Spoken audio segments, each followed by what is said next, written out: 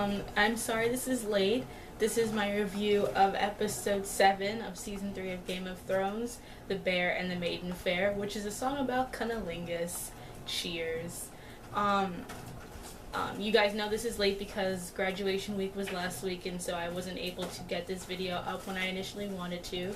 I'm sorry for the sound of rustling balloons that you might hear throughout this video. I have not put them down yet because they're super pretty and I like them.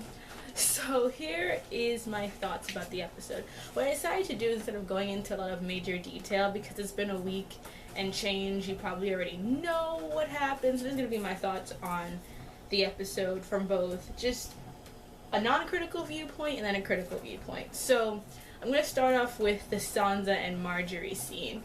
Now, Nally Dormir is the gift that keeps on giving, bless her soul, and I think that this scene was a great scene for Margaery Tyrell.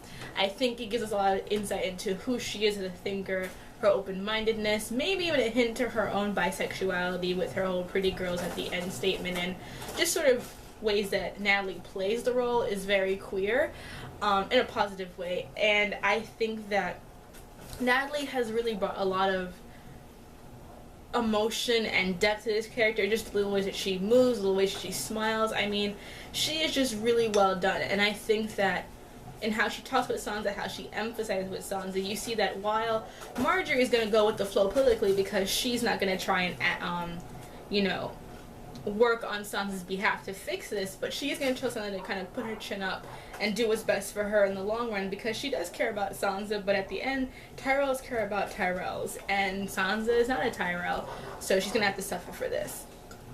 Critically, I think that while this scene is very good, it only complements Margaery Tyrell, and I think this has been a problem with how the Tyrells have been used, because in the books,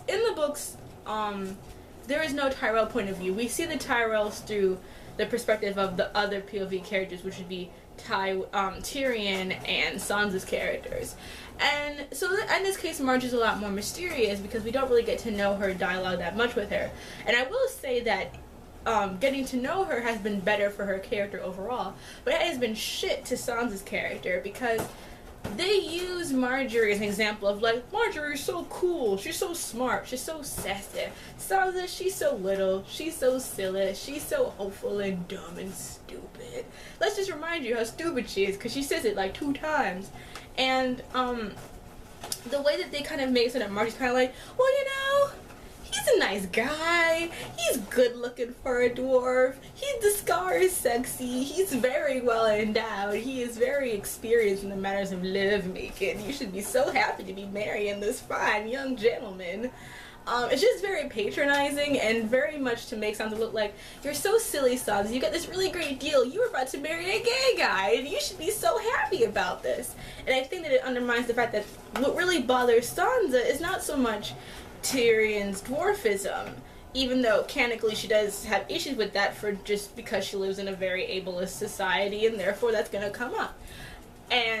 But at the same time, you know, what was cut out of last episode is that she actually chooses to marry Tyrion instead of marrying Lancel, because she has the option there, and she chooses Tyrion because she recognizes that Tyrion is actually a good person. And I think that scene would have been much better at giving insight and depth to Sansa's character than this one, which just reinforces that she is shallow when she's not. I mean, one of her love interests and biggest romantic interest and just person that she connects to the most is the Hound, who is heavily scarred and not at all generically handsome, and yet that entire interaction is cut out to continuously make her seem like some idiot little twit that some people pity and some people are just sick of, because she doesn't do anything in the show in order to make them root for her. And while I still root for show Sansa, I think scenes like this do horrible things for her character because her development is ignored in place of making other people, Tyrion, Shae, and Margaery, more developed, and in some cases, like Tyrion, better, awesomer White Knight people. And this get continuated into the wedding scene. I didn't get too much into the wedding scene because I was kind of tired when I filmed that video, but yeah, they fuck up. The next King Landing scene we get is there's 2 scenes. There's a scene with Tyrion and Bronn, in which Bronn tells Tyrion that he wants to fuck Sansa, and Tyrion's like, no dude, really don't put that thought in my head, she's a little kid. And Tyrion's just kind of like having this whole iffy part, like, do I or don't I? Well, acted as usual because Peter Dinklage is the boss. And then we get a scene with Shae and Tyrion, where Shae kind of tells Tyrion, you know, like, you choose to be here and neglect me, and you want to be here and not be with me. So if you're gonna, no, actually, it was what? Excuse me. Shae basically says to Tyrion, you know, if you really wanted to be with me, we could leave, go somewhere else and be a family or whatever, but you choose to be here. Now you gotta get married to Sansa. I'm gonna be treated like shit because I'm just a prostitute. And Tyrion's like, no, you're gonna be my woman and I'm gonna take care of you. And Shae's like, no, you're gonna ask me to do these things for you. Like, you're gonna have sex with Sansa and then come over to me. It's gonna be a mess. And I think that my brother thought that Shae was like, my brother was like, Shae's so unreasonable. I mean, how can she expect something else from Tyrion? And I think that the issue is that, one, I don't think that she is that way either. I think that Tyrion has set himself up, and they have set Shae and Tyrion's relationship up to be more than just what it was in the books, which wasn't very much a, sugar daddy kind of relationship between the two of them. I mean, he gives her money, she gives him pleasure, and that's what it is. But in the show, they make it to seem about love. And if it is love, and it's supposed to be, in this case, reciprocated on both sides, shouldn't Shae expect Tyrion to do more for her than just make her a sideline hoe? I mean, for real. And I think that this is the beginning of seeing Shae, the angry ex. And while the other episode that we saw this week kind of pulled back on that ice cream truck, I do think that it may come up again. We'll have to see about what happens, but I don't want it to happen. And then we got the most interesting scene in terms of critical analysis this episode, which was the Joffrey and Tywin scene. Now, this scene is interesting. We already know this, but Joffrey basically tells to Tywin, like, I should be more involved in stuff. We should worry about Daenerys, blah, blah, blah. What makes this scene interesting is that it gives an insight to Joffrey that I never had actually thought about until now, which is that Joffrey, in the books, is like 12, 13 years old. And in this adaptation of the show, because he's been made older and they want to very much canon to you, he is evil, they give him a lot of things that he never actually did. There is no canon evidence of him killing prostitutes and torturing people. I mean, he has done douche things, like he ripped the tongue of the person, the Ned Stark thing. Those are all canon, that counts. But other things have been kind of negated. A lot of Cersei's crimes have been hinted or pointed towards him. In the case of who tried to kill Tyrion at Blackwater, well, that's kind of iffy. It hints more to Cersei than to Tyrion, if you consider what was going on at the time. And then, because he's younger, there's not a lot going on, how he treats Cersei is also very different. But the other thing is that Joffrey was never really taught to be a prince. He was never taught how to be a king. He was never taught how to rule people, to help people, to be a generous leader of men. And no one else is trying to help him be that. He is a tool for Cersei, for Tywin, even for Tyrion. He is a tool which the Lannisters can use to elevate their status, like all boy kings really can be. If you think of Edward, the eighth? Henry the eighth son, maybe Henry the VIII's son, whatever number Edward that was, how he was used by his, by his council. Joffrey is being used by his council. He was always let off to do whatever he wanted because Robb didn't care what he did, Cersei didn't care what he did, Jaime didn't care what he did. No one actually gave a damn about what Joffrey's doing. And now that he has this power, not only does he have too much of it and he has no idea to do it, but no one's trying to really teach him how to rule. Everyone wants to rule through him. Even Tyrion wasn't trying to make Joffrey actively a better king. He would try to make him think in situations, but he was never really educating Joffrey in a regular way. And I think that a lot of what's wrong with Joffrey is the fault of the people around him. They do not encourage him to be a better person. Margaery is kind of sort of encouraging it, but it's more for her benefit than Joffrey's. So Joffrey is a permanent tool in everyone else's game, and yet because he's the head of state, he's the one everyone sees, he gets blamed for it. And while he certainly deserves a lot of the blame that he gets, he also has not been guided by anyone to become better than he is. And I thought that this scene was interesting because it kind of brought that to my head for the first time ever about Joffrey. And it kind of makes him kind of sad. Still hate him, still a douche, but it's sad. Let's see, 10 minutes, okay. Alright, then we go up north, and then we get Ygritte, Jon, Oral, and their whole love triangle thing. Basically, Oral likes Ygritte, Ygritte's into Jon, Ygritte doesn't know what windmills are, Jon finds that cute, wants to rip silk dresses off of her. But the interesting part about this is the insight we get in with Oral and Ygritte talking about how Jon really isn't one of them yet, and that he may never be. And this is true. I mean, there is a sense that Jon, while he connects with the wildlings, we never really see him actually being integrated into their society yet. So I think as long as they don't show that, it kind of seems he's just playing them all. And then we get Ygritte kind of talking about how they're each other's man and woman later on, and Ygritte has seemed to have a lot of personal investment in Jon and what the relationship is going to be like, and I think it's bittersweet because Jon is like, we're going to die, we're all going to die, and Ygritte's no, like, we all going to die, we all going here, I'm your man, I'm your woman, you're my man, you're going to be loyal to me, you're going to do what I say, blah.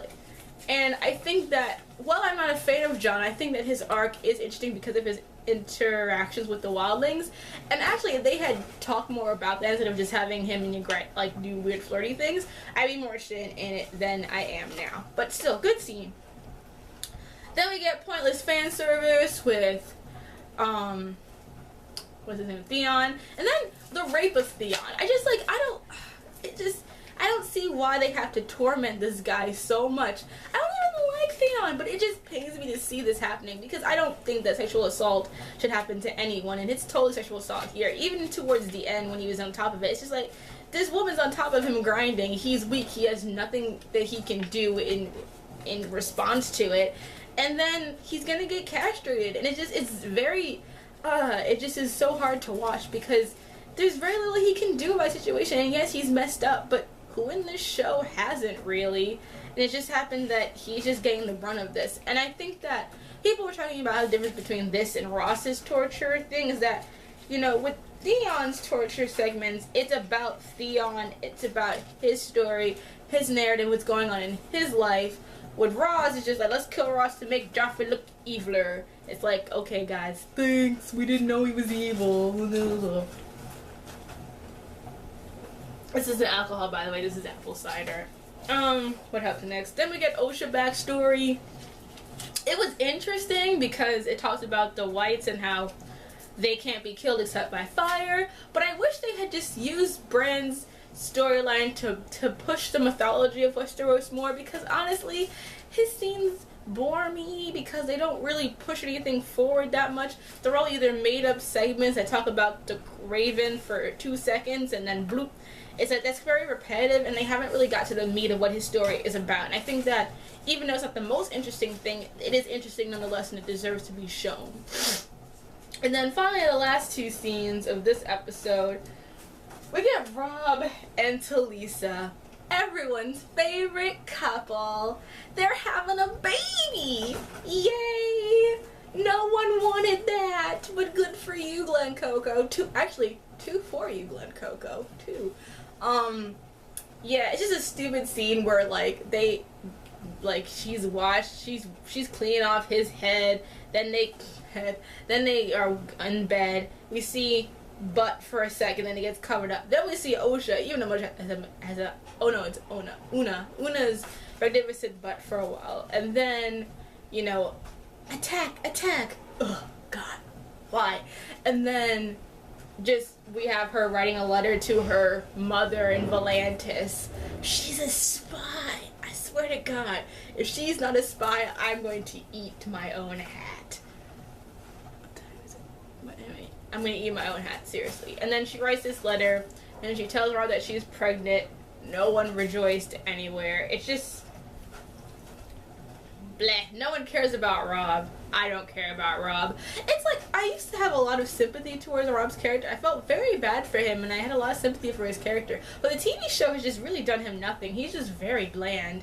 And I just feel like he's just that very generic character. I feel like he's become another Jon Snow. Just not a horrible character, but just a boring character in a cast of really interesting ones.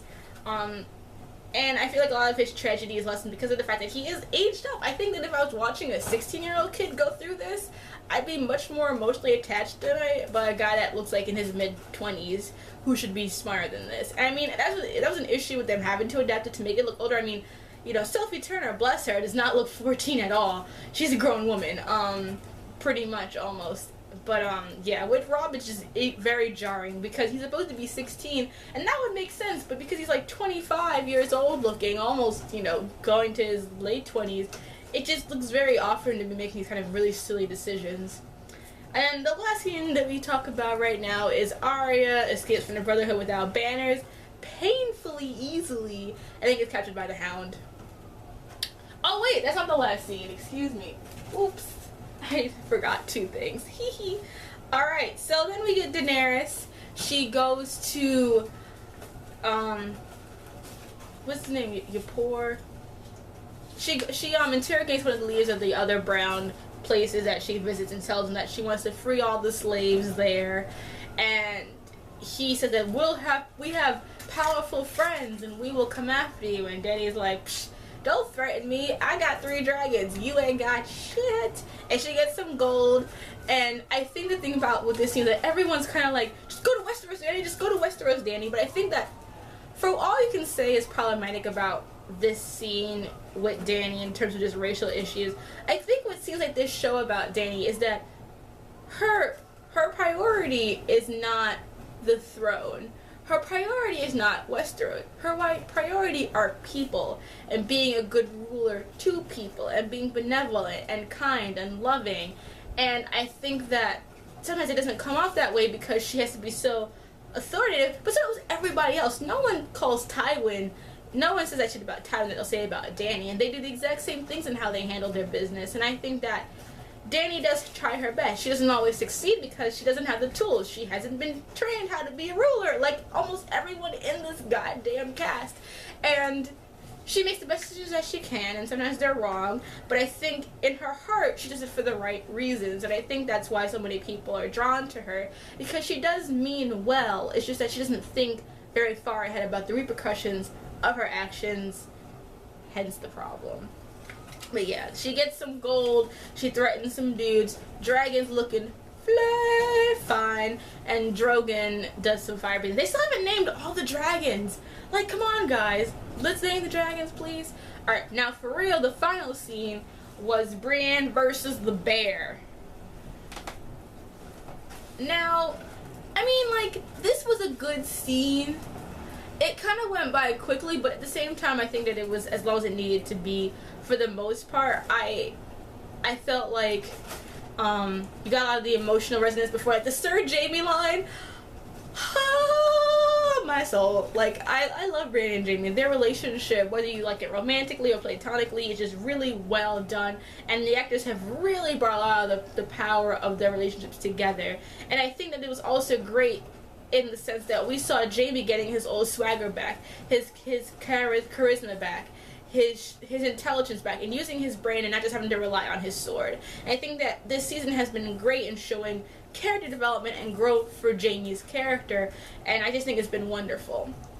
This was a good episode overall, but I think what made it disappointing for a lot of people, including myself, is that it was written by G.R.R. Martin, and I think we all expected something more from it, but at the same time, it's like he has to work with what the show has given him, and so we can't expect him to be like super perfect-licious, but I guess I wanted to have a little bit more oomph to it, because it just was like, nothing really big happened besides the bear pit scene, and I think that, you know, if he had been given a different episode, maybe he could have done more with it, but he really got kind of a slack episode to do, and, I mean, how much more could he elevate it? I mean, I think there were scenes that you could obviously re-dialogue and change, but that would have to come with changing a lot of stuff in the background too. So it was a good episode, disappointing, but still good. I think the episode that came after this was better, but still, we all watch it because we love it.